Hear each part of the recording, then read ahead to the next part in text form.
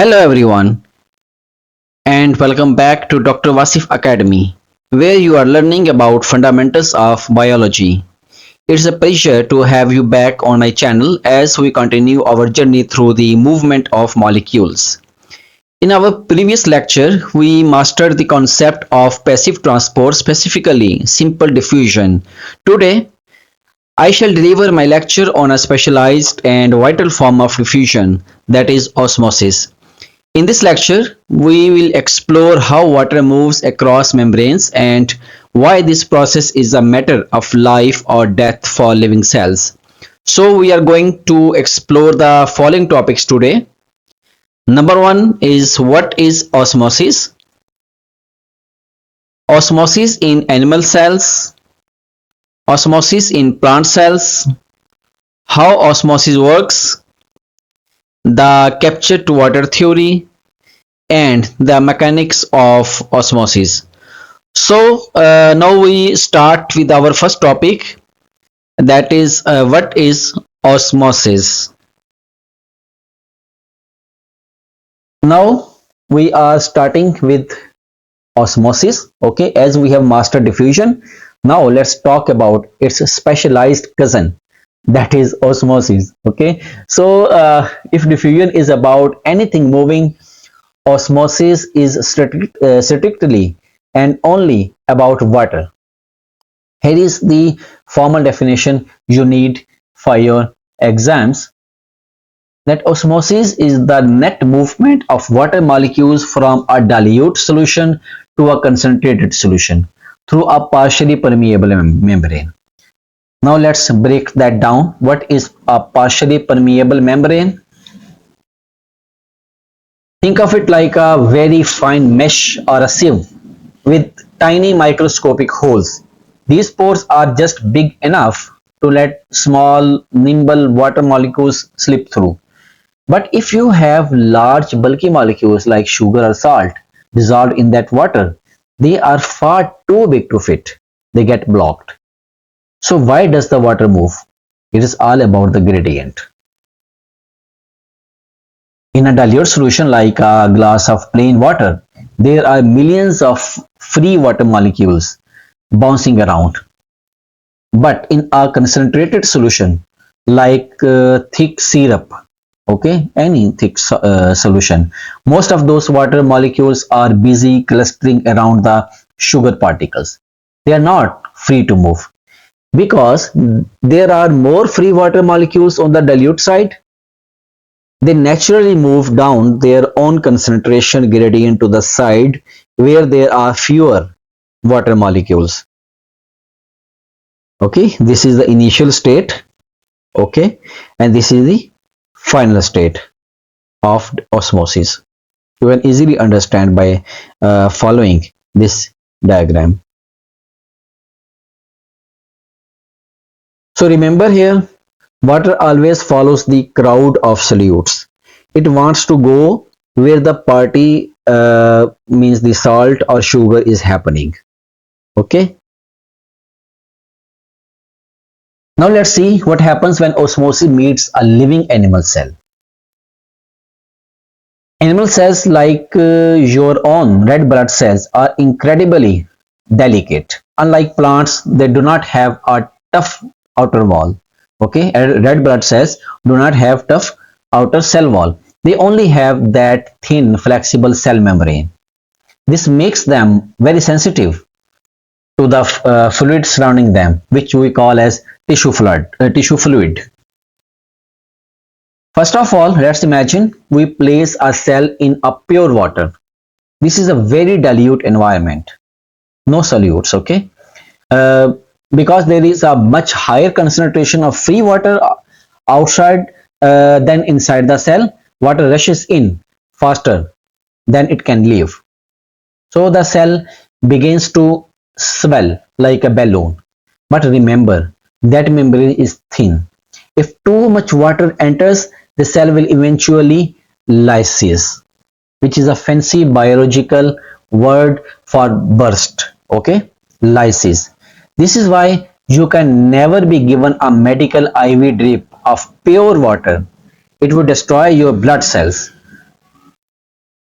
Now that if we do the opposite, we place the cell in a concentrated solution like very salty water, what will happen? Now the free water is higher inside the cell. Okay, water rushes out to try and balance the exterior. The cell loses its volume, shrinks, and becomes shriveled. A shriveled cell cannot do its job properly. So how do we cells and we stay alive? The answer is homeostasis.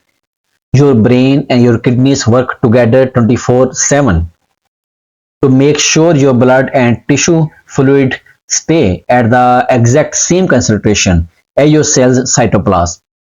By keeping the concentrations equal, water moves in and out at the same rate, and your cells stay perfectly healthy and happy. Now let's look at the plant kingdom. Plants handle water very differently than animals because they have a secret weapon, a tough, inelastic cell wall. So for a plant, osmosis is not just about staying hydrated, it is about structural support. Like think about a tall sunflower. Okay, it does not have a skeleton of bone. So how does it stay upright? The answer is turgor pressure. When a plant cell is what is turgor pressure? When a plant cell is surrounded by water, osmosis pulls that water deep into the cell's vacuole, a large central vacuole. Okay, you can see that in this picture, a large central vacuole. As the vacuole fills up, it expands and pushes the cytoplasm hard against the cell wall. Okay, when it swells, it pushes. This is the cytoplasm. Okay, this is the cytoplasm. It pushes the cell wall against cytoplasm. It push this large vacuole pushes the cytoplasm against the cell wall. This is the cell wall. Because the wall is so strong, it is tough, it does not burst. Okay, instead it becomes extremely firm or turgid. This internal pressure is what keeps stems standing tall and leaves spread out to catch the sun. But the question is, what happens if you forget to irrigate, to water your plants? The water leaves the vacuole. Okay, the water leaves the vacuole. This is going out. Okay, the water leaves the vacuole, and that outward pressure disappears. The cells become limp, and the whole plant begins to wilt. To really understand this, I'm giving you a perfect example. Use the bicycle tire analogy. The cell wall is like the tough outer rubber tire. The vacuole and cytoplasm. Okay, the vacuole and cytoplasm are like the inner tube inside, and water is the air. Just like a flat tire becomes firm when you pump it full of air, a plant cell becomes and support strong and supportive when it is pumped full of water. No water means a flat plant. I think by understanding this example, you can easily understand the function and the benefit of osmosis in plant cells. Okay, students, to bring everything together, let's look at this comparison, a quick comparison. Even though osmosis follows the same rules as of physics, rules of physics, the results are very different depending on whether we are looking at an animal cell or a plant cell. So first of all, let's look at the outer boundary. Okay, animal cells only have a thin flexible cell membrane, only the cell membrane, but plant cells have that membrane plus a tough rigid cell wall, and this one difference changes everything. Now what happens? The question is, what happens in a dilute solution like pure water? In a dilute solution like a pure water, the animal cell will swell up and may eventually burst, okay, which we call as lysis. It has no way to stop the internal pressure. But in the plant cell, they use that pressure to its advantage. They become rigid or firm, and the cell wall acts like a container which keeps the cell strong with breaking, okay, without breaking. It means they do not burst. But what about a concentrated solution like very salty water? What happens if the solution is very salty? In that situation, the animal cell will lose water, shrink, and shrivel. But the plant cell, in the plant cell, the vacuole that shrinks and the cytoplasm pulls away from the wall, and the cell becomes flaccid, which is why your plants look limp when they are thirsty and when they require water, when you are not properly irrigating them. And finally, consider the support mechanism. Animals rely on external fluid balance. Like us, we need our blood to be just right so our cells stay the right shape. But plants, they rely on internal water pressure. Okay, animals they are dependent on external fluid balance, but plants are dependent on internal water pressure. They actually need that extra water to stay standing tall. So remember these differences, and then you will be able to predict how any organism will react to its environment. So here is a quick summary checklist. If we talk about direction, then the direction is from high water potential to low water potential. We can also call high water potential as dilute and low water potential as concentrated. And the concept behind this water potential we will study in our next lecture, okay, next video. But here is only a brief definition. And if we talk about energy requirement, this is a passive system, okay. They do not need any ATP, no adenosine triphosphate required, but they require partially permeable membrane. Why partially permeable membrane? Because that is very selective. They allow selective substances, selective molecules to come in and to come out. And this process is very important because this is vital for nutrient uptake, waste removal, and plant structural integrity. Next is how osmosis works. To really understand why water moves during osmosis, we have to look at how solutes like sugar or salt interact with water at a molecular level. We call this the captured water theory. For example, in a glass of pure water, every single molecule is free. They are all zipping around with kinetic energy, ready to diffuse in any direction. However, you should look what happens when we add sugar. Sugar molecules are large and sticky to water. They attract and capture a cloud of water molecules around them. These water molecules are now bound to the sugar. They are not free to move or pass through the membrane anymore. Okay, they are essentially handcuffed to the solute. This creates a diffusion gradient of free water. Because so many water molecules are on the sugar side, they have been occupied. There is a much lower concentration of free water molecules on that side. Okay, it means that is not more pure. Now think about the physics. There are more free water molecules on the dilute side. This means they are colliding with the membrane and the tiny pores much more often. Because they hit the doors more frequently, they pass through more frequently. What the result? That is a net flow. Okay, a net flow of water toward the concentrated sugar solution.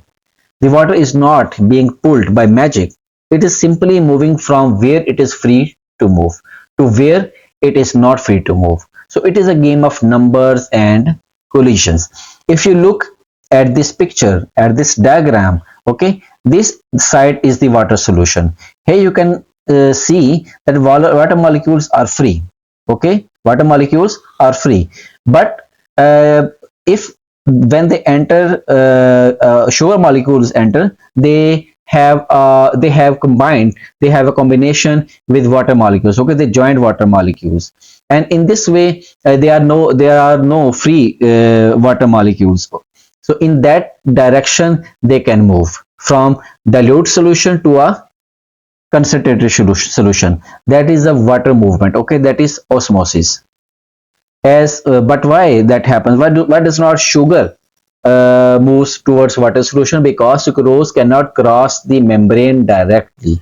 Okay, sucrose or sugar, that cannot move across the membrane directly. That is the reason water molecules move. Now we have seen why water moves toward the sugar, but you might be wondering, why does not the sugar just move toward the water to even things out? Okay, yeah, this is just a recap or recall of the previous theory which I just told you. So after all, that is what happened in a simple diffusion process. The answer lies in the effective size of the molecule. Effective size of the molecule.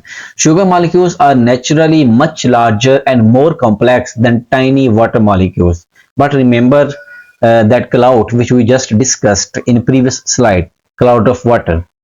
Okay, when a sugar molecule attracts those water molecules, they stick to it like anchors. This increases the sugar's effective size even further, and we call these hydrated molecules because they are so bulky and fattened up by their water cloud, they simply cannot fit through the microscopic pores of the partially permeable membrane, which is cell membrane. Okay, they are like a large truck trying to drive through a narrow hallway. Okay, they are just too wide to pass. Meanwhile, the tiny nimble water molecules are like small bicycles. They can zip in and out of those same pores with ease, very easily. This is the secret sauce of osmosis. The membrane acts as a physical filter.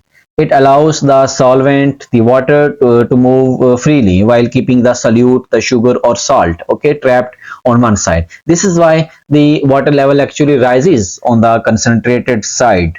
The water moves in, but the solute cannot move out to balance it.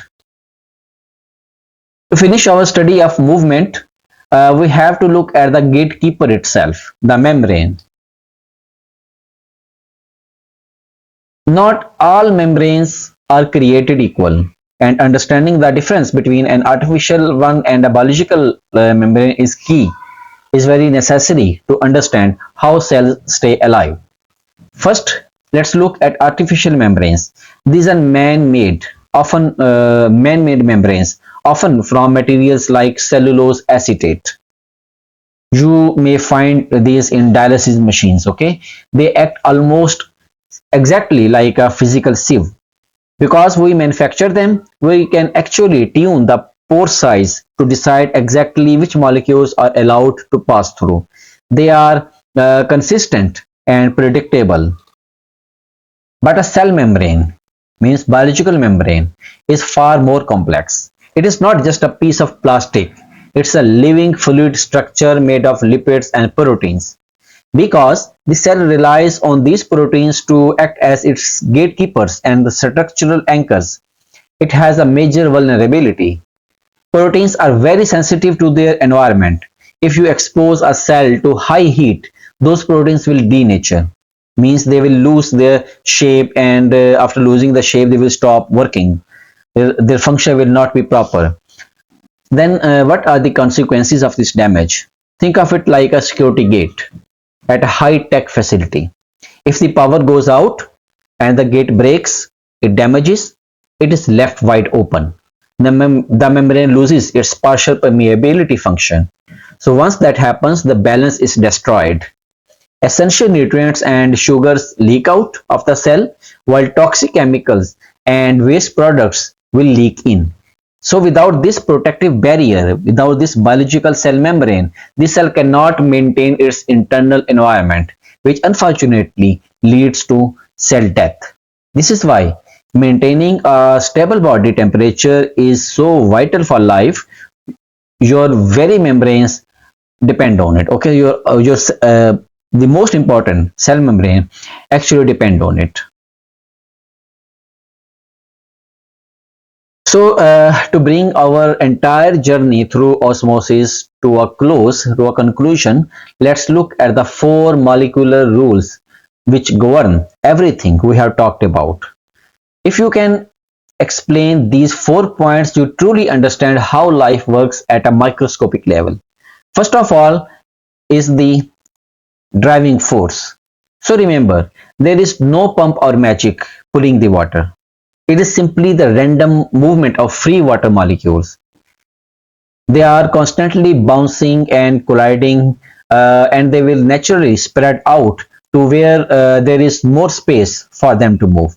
And the second one is role of sugar or any solute. Sugar does not just sit there, it actively captures water. Okay, it actually captures water by forming a molecular cloud around itself. So it reduces the concentration of free water molecules on that side. This is what creates the gradient which drives the whole process. And number three is membrane pores. These are the filters of the cell. They are perfectly sized to allow tiny nimble water molecules to zip through, but they are too small for those bulky. Okay, so hydrated sugar molecules, like hydrated sugar molecules, which we just discussed in the previous slide. This is why the water can move to balance the concentration, but the sugar stays trapped behind. And finally, is the biological impact. We must never forget that in a living cell, this is not just a sieve. This is a biological barrier made of proteins.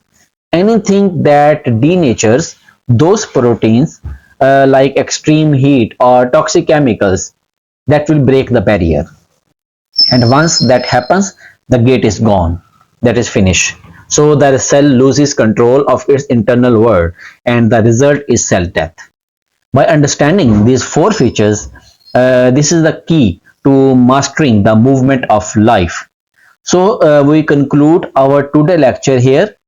Okay, the water potential concept and active transport, that will be covered in our next lecture, in our next video. So stay subscribed, and if you have any question, you can freely ask in the comment section, or even you can send me an email. So see you in tomorrow video with a new lecture, okay, about active transport and water potential concept. So see you tomorrow. Then we will come to understand this complete chapter.